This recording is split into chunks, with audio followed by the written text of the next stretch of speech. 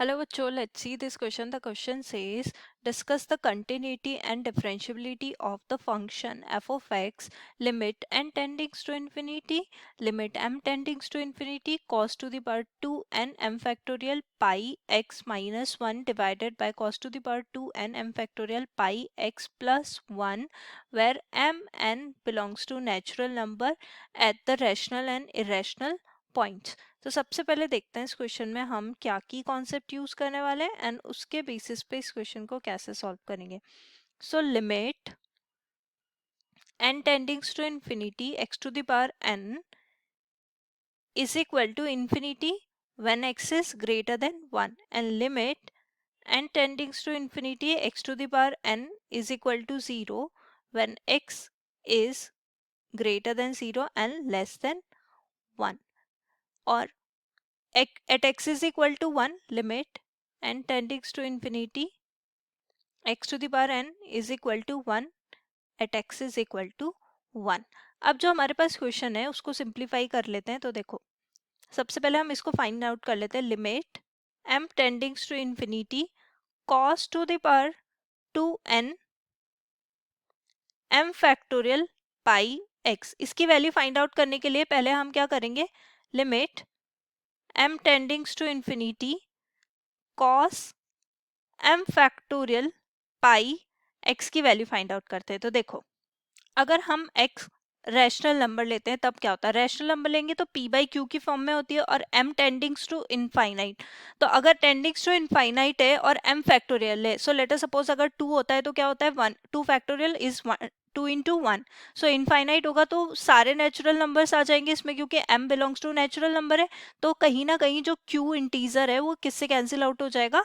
हमारे m factorial में एक कोई वैल्यू होगी जो q से कैंसिल आउट हो जाएगी. तो देखो यहाँ पे ये n पाई की फॉर्म में आ जाएगा तो इसकी वैल्यू क्या होती है plus minus 1.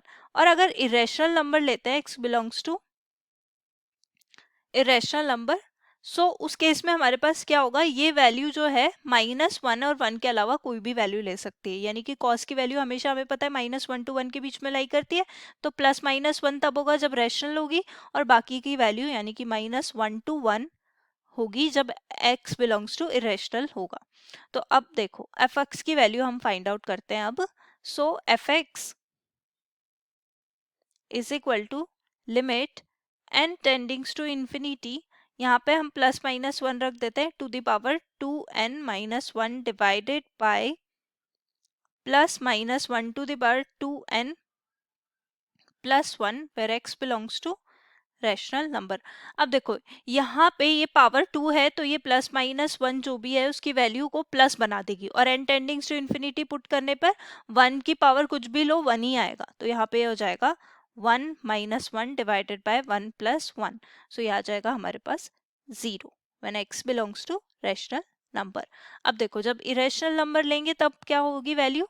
So F x is equal to limit n tendings to infinity -1 to the 1 to 1 to the power 2n -1 divided by -1 to 1 to the power 2n plus 1. So further अगर इसको simplify करेंगे so limit n tendings to infinity तो power 2n है तो ये हमारे पास 0 to 1 आ जाएगा. 0 to 1 to the power n -1 square कर दिया तो यहाँ पे ये again 0 to 1 to the power n plus 1. So n tendings to infinite put करेंगे तो 0 आ जाएगा. So 0 - 1 divided by 0 + 1. So when यहाँ पे फर्दर इसको सिंप्लीफाई कर लेते हैं तो व्हेन -1 आ जाएगा when x belongs to irrational number. तो देखो अब रेशनल नंबर पे तो ये 0 दे रहा है और इरेशनल नंबर पे ये -1 दे रहा है. और जो रियल नंबर है वो combination of rational and irrational number होता है. यानी कि एक रेशनल और एक इरेशनल नंबर के बीच में बहुत सारे रेशनल एंड इरेशनल नंबर लाई करते हैं. तो यानी कि हम कह सकते हैं कि एफ एक्स जो है is discontinuous and not differentiable. अगर कंटिन्यूस नहीं होगा तो डिफरेंशिएबल भी नहीं होगा एट एवरी रियल नंबर क्योंकि रियल नंबर रैशनल और इरेशनल नंबर से बना होता है. तो at every real number. So this is our answer. Hope you understood it well. Best of luck. Thank you.